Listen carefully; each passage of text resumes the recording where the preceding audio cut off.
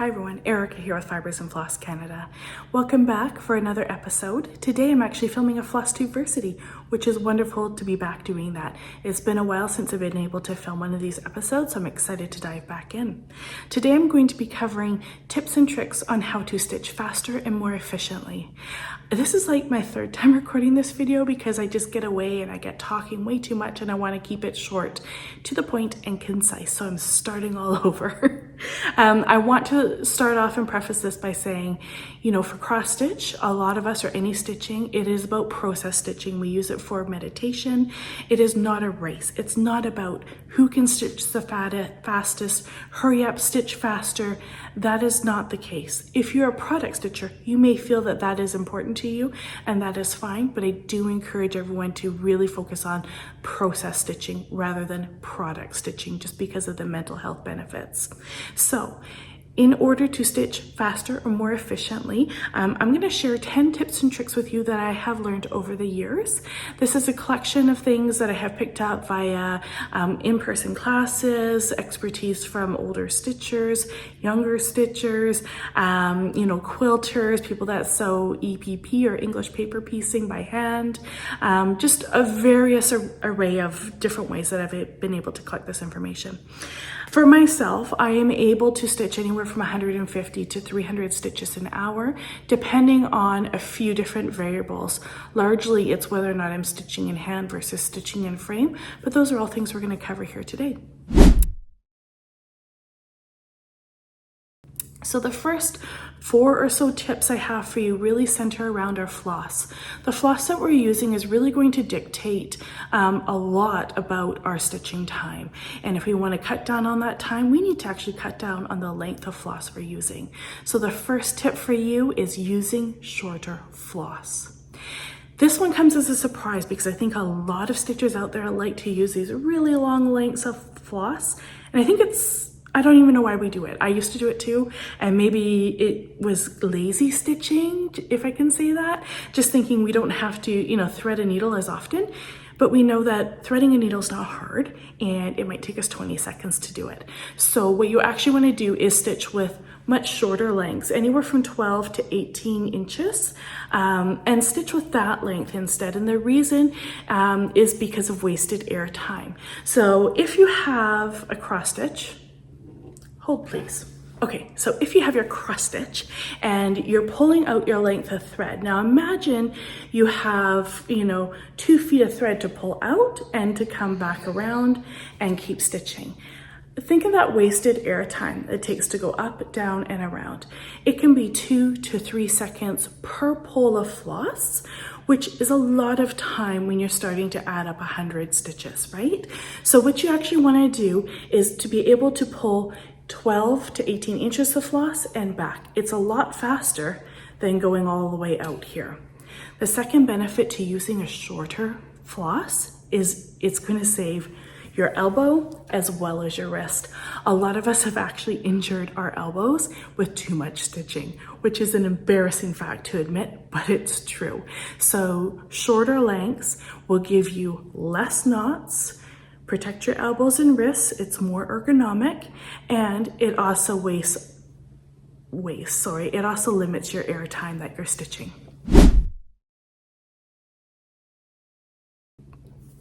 Tip number 2. What you want to do is make sure you're stitching with your thread in the right direction. All thread is directional, meaning that when it comes from the factory, there is a right end of your floss to sew with and a wrong end to sew with.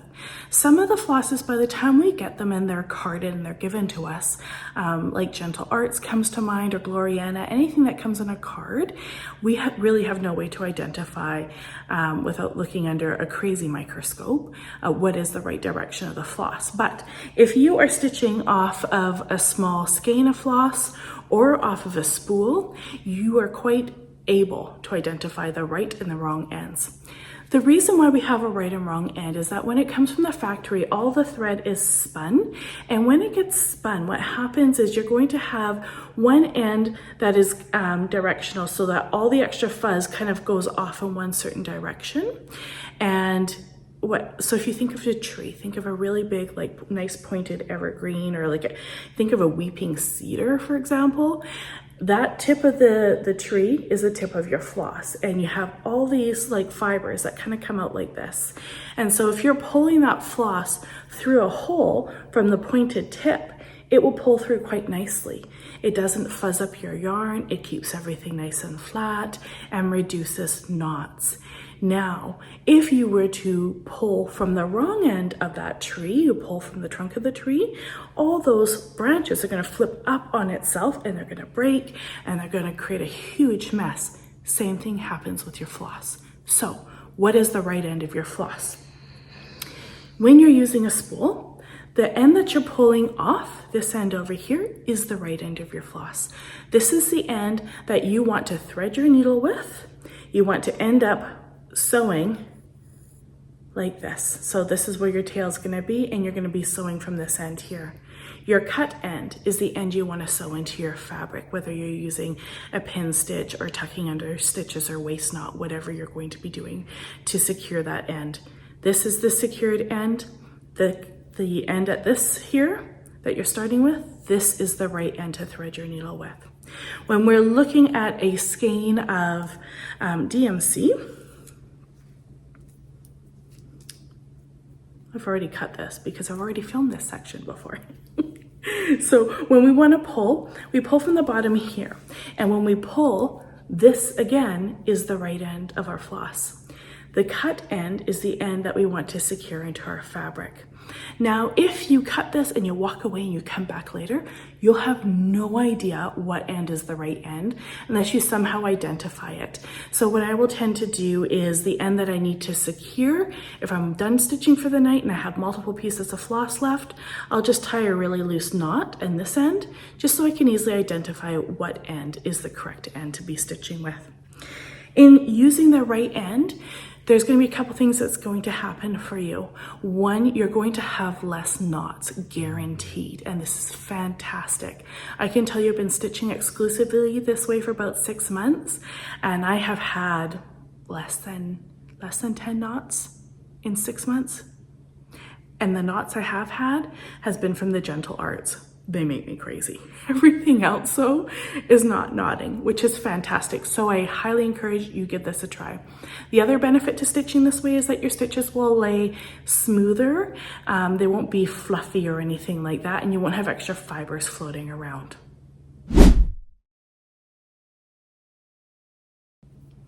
Tip number 3, when you have a floss that you need to separate it the correct way. Don't waste time trying to split it, meaning that if you have your correct end, the fastest way to separate your floss is actually just to give it a little poke at this end here, and you can kind of see how it starts to separate. Can you see that? And what you want to do is you want to pick out, regardless if you're stitching with 1 or 2 flosses, doesn't matter, pick out one at a time. And what you're going to do is keep this pinched here, pull that one, and just pull one out. And do you see how this all comes? Do you see that? That's perfect. I now have one floss, it's separated, and it's not likely to twist back on itself. Now, if you were using a second floss, you're stitching a 28 count or 32 count or what have you, go ahead and do that again. And then it will take a lot less time to separate your floss this way than it does to take it, find your 2 flosses, and try to pull it apart this way and counteract all that spin and the knots that you're gonna get. This will just end up dropping. You use your fingers just to smooth it out, and you can toss this aside for your next piece. Now, in doing so, in pulling your threads this way, you're going to save a lot of time, and you're also not going to create any tension on your thread. We've all done that where we try to separate by pulling 2 opposite sides. We have a dangling tail and we get a knot, we end up pulling or using our mouth to hold on to it or tucking it under our neck. It's creating extra tension, it's getting body oils on it, it's getting saliva on it. Don't do that. All you need to do is quite simply grab an end, pull it, and in 3 seconds you're done. You have your floss, and again, it's not likely to knot back on itself. It's nice, it's straight, ready to stitch.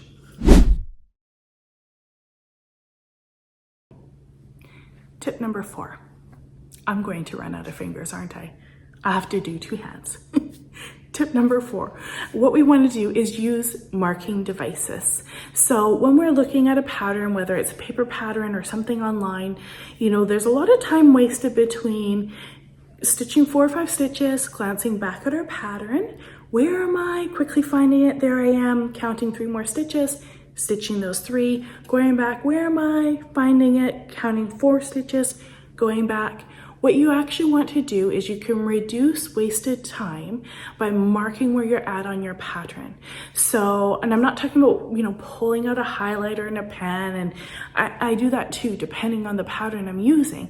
But generally speaking, there's a couple more efficient ways to mark where you're at. So if you're an online stitcher, or you like to use your iPad or your tablet, there's Markup XP, and there's also Pattern Keeper. I had to think about it because I don't use either of them, but Pattern Keeper. So those are ones where you can kind of zoom right in, you can see where you're at quite easily, and then when you're done a section, you can color it in and you can move on. Just the fact that you're able to zoom into a pattern, it allows you to glance at waste a lot less time glancing, trying to figure where you are. It's quite clear to look over, see a big image, and clearly state, this is where I am, this is my next row, off I go. You can also, every time you touch it, enlarge it, move it, you can take your screen and you can move it up so that the row that you are stitching is at the top of the page, so you can easily identify where you're at a glance. Now, if you are a paper stitcher, and I love paper patterns as well, I tend to use a magnet board. So for years, I used to use these single little magnet boards. Now I have a double one that I saw Samantha using a couple years ago, and I've purchased that, so you can open up a whole booklet on it. And then same deal, as I just mark with two pieces of magnets where I'm at. So a long magnet for the top and then a second magnet here. And then I just know, okay, in a quick glance, I'm working from this little space here. And I adjust that magnet probably every 10 rows or so. If it's a more complicated pattern, I might do it every couple rows, but just being able to quickly identify where you're at in the pattern will reduce a lot of wasted time.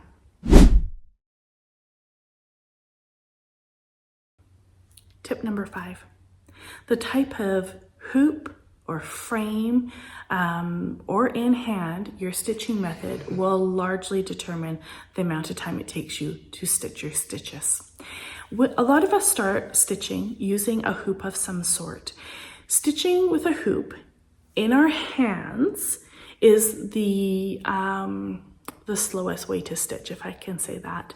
And that's okay. So there's something about, curling up on the couch, having a hoop just easy in your hand and stitching. It's peaceful. It's comfort stitching. It feels good, right? It is a slower process. That is okay. But if you're here to learn to stitch faster, what you're going to want to do is either ditch the hoop for in hand or get a stand for your hoop. Now, the general consensus out there is that a lot of people prefer stitching on a hoop because their stitches are straighter and not as rounded, and that is great. Now, if that is you and that is what you're looking for, you need a stand. The reason why I say that is because when we stitch with a hoop and hold it in our hand, our one hand is 100% busy holding the hoop the entire time.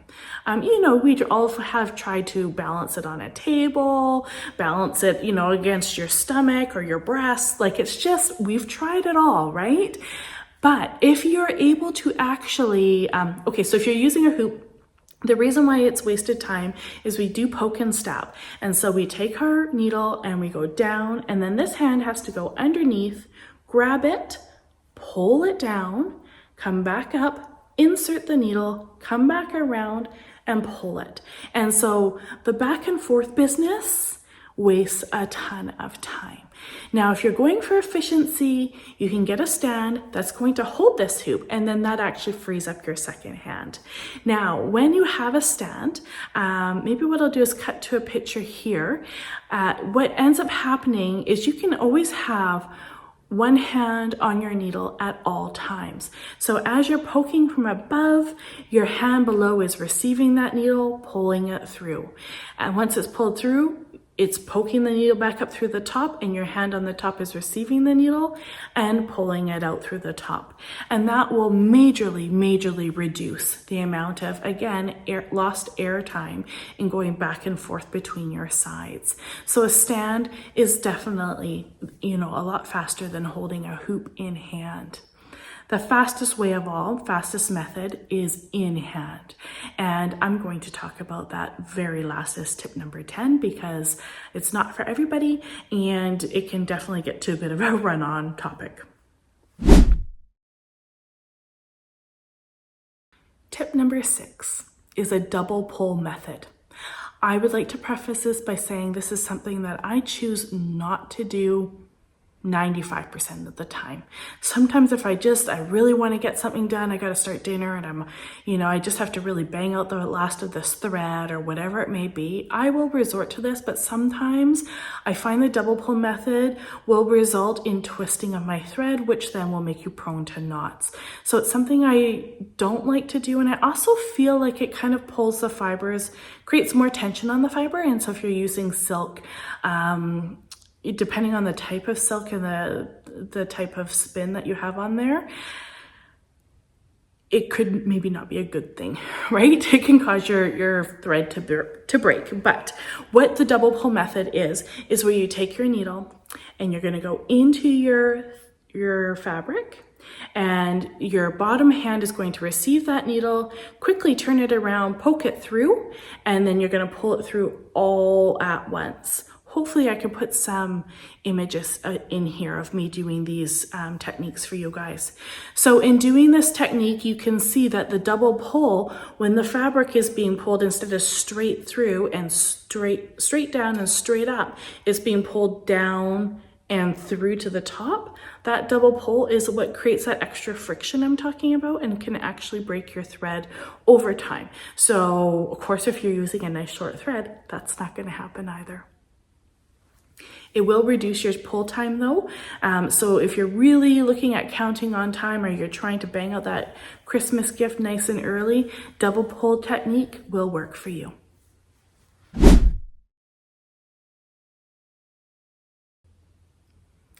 Tip number 7, choose the right fabric count. We have all tried fabric count that is too high for us, where we look at that number and we think, oh yeah, that will look good, but perhaps our eyes aren't suited to it, right? So I know for myself, right now I'm stitching a piece on 56 count. And when I'm doing that, I'm a lot slower of a stitcher. I need to use my magnifying light, and that is just going to slow me down overall. I know for myself, if I choose a 40 count or a 32 or 28, anything 40 count and under, no problem. I can stitch that, I can see it, and it doesn't slow me down at all. So it's really important, if you want to be a fast stitcher, choose a fabric type that you can see well, that you are very comfortable with stitching. Do not go for that extra eye strain, or if you do choose to do that, just realize that's a different bit of a process for you, right? It's not a product process that is creating something for me that's extra special going with a 56 count, and that project I know it will be a treasure for me, and it's going to take me a lot longer to stitch that. And I'm okay with that. But in no way would I be stitching a 56 count for some gift that I have a timeline for that I need to bang out for somebody. It's just not gonna happen, right? For that, I may choose to do, a 36 count or 40 count, because I can stitch faster on what I can see better.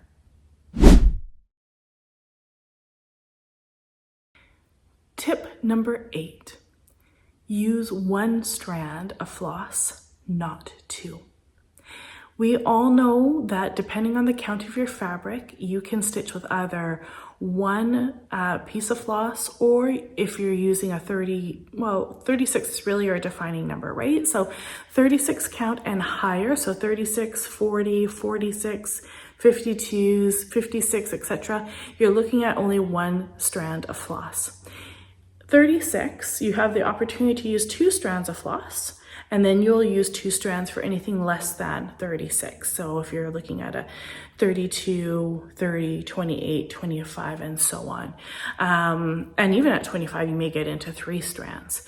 Now, if you want to stitch faster, stick with a count, provided you can see it, that is 36 or higher, and use only 1 strand.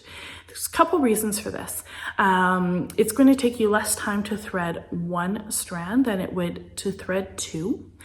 You do not have to waste any time with railroading your stitches or making sure those stitches are laying, nice and flat and side by side. If you are a twister, so you have to be mindful of your needle. If you're using 2 strands or even 1 strand, I know Nicola Parkman has a video on this, where when we're sewing, are we putting a twist in that needle when we pull it up? What is the motion of our wrist? Do we end up with a little bit of a twist in our needle every time? And if so, it's important we untwist it every time as well. And so if you don't do that, you're going to end up with a twisting thread. So if you're stitching and you notice your thread starts to twist on you, you're twisting your needle. So analyze that, focus on it, notice which direction. It's going to be really minute, but you're going to have a little flick somewhere in there. Notice the direction, right? And then you're going to have to start flicking it the other way, or being really cognizant to keep, to reduce that flick. And in doing that, you're going to prevent any knots from occurring. But also if you have 2 strands and you have a bit of a flick, which almost every stitcher does, you have to be quite cognizant not to have a flick in there. What's going to happen is those 2 strands, they're going to get twisted on each other and they're going to knot up. You're going to get, they're not going to lay flat. Your threads will be twisted. They will not be nice and smooth, which is why people end up railroading. So they take that twisted thread and they straighten it out. Other people will also take the time when they notice a twist with 2 threads to pull their needle all the way back down to their fabric.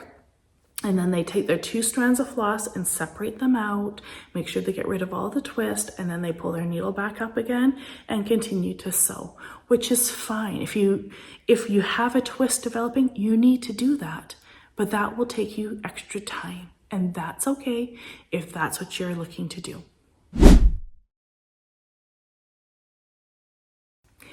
Tip number 9, organization. For a good, strong, stitchy session, you need to be organized. And there's a few factors here. So that means, to me, making sure that, you have your floss that you're going to stitch with organized and with you. So if that spool's a thread, do you have all the colors you're going to be stitching? Are they there right there with you? Or are you going to have to get up mid-stitch and grab a different color? Same with, your DMC or your silks. Are they in floss away bags? Are those things all accessible right at your fingertips from your stitchy chair? If so, you're good to go. Also minimizing any sort of distractions that you have, right? So leaving your phone, putting that on the counter, bringing a glass of water with you so that you can say, I have an hour to stitch right now, and the second that I sit in my chair, I'm going to be stitching. I'm not picking up my phone. I'm not getting up to get a drink of water. I'm just sitting down and I'm organized. Everything I need is here. My scissors are here. My, whatever you're using to count your stitches with is there. Your pattern is there. Your flosses are there. And that way you can sit down and really commit that time and have a good, successful hour.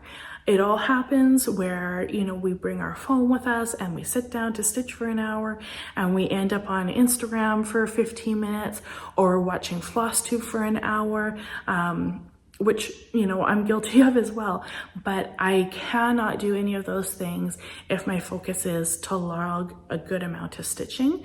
My mind needs to be 100% on my stitching.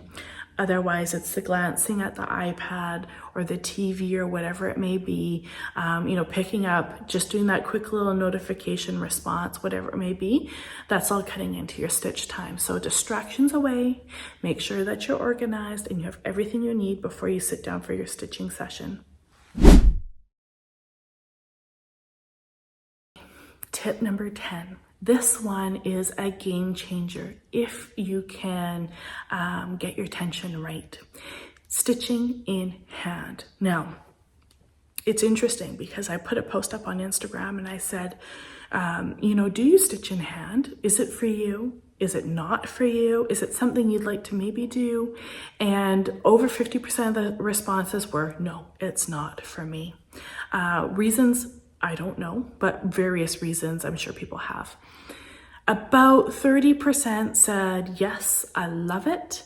And about 15% said, I'm interested, but I'm not sure, or they've tried it in the past and it just didn't work for them. So if you can stitch in hand, productivity goes through the roof.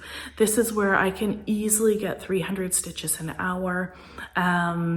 And it's quite relaxing to stitch in hand. Something about curling up in your favorite chair or your couch. You can sit however you like, whatever position's comfortable, and you literally take your fabric. I use a sewing method, and you literally are just going like this, and it is so incredibly fast. I have been stitching in a frame on a stand for the last 2 weeks. And last night I picked up my fairy idol, my Mirabilia, and I did it in hand. And it was awesome. And in 2.5 hours, I got just over 1,000 stitches. And so that for me was a really impressive session. But that being said, it was a lot of block colors. I think I did 5 or 6 colors, that's it. So not a lot of color changing. And it was comfort stitching. I loved every minute of it. Now, because stitching in hand is something, it's a method all on its own, I'm going to film a separate video for that. Now, I want to, I'm not sure what I'll do here. I'll either film a second video right now and upload it at the same time, or I will release the in-hand stitching video in 2 weeks' time, one or the other. If you have tried stitching in hand before, and you felt it didn't work, you felt the tension wasn't right, you felt your stitches looked too round or too sloppy or not consistent, I encourage you to watch this tutorial. The reason why I say that is because I've been stitching in hand for 30 years and I have a hard time looking between something I have stitched in a frame versus stitching in hand, and I don't really see much of a difference. Depending on the piece, I may see a bit of a curve to some stitches depending on the count, but I have to look for it. I will stitch in frame if it's something like my 56 count. If it's something that is not my project that I'm stitching on, it belongs to somebody else. Or if I'm stitching 1/1 like skin on my Mirabilias, where 1/1 on a 32 count is some tiny stitching on linen, and so that definitely needs a frame as well. So there are times where I do use my stand and I prefer to use it, but in hand, way faster. And if you can get the hang of it, which I think you can if you give some time and some patience to it and actually learn the technique, you can be faster at stitching that way too. So thank you so much for tuning in. I hope you enjoyed the 10 tips that I gave to you today. I hope that you are able to take what you can from this, and maybe you've learned something and are able to apply some of those things to your stitching practice. If you're interested, I will, once I have filmed the in-hand stitching tutorial, I'll link it up here in the video so you can go ahead and just watch that one if you're interested. Thanks so much for tuning in, you guys. I'll see you with another Flosstubeversity in 2 weeks' time. Bye for now.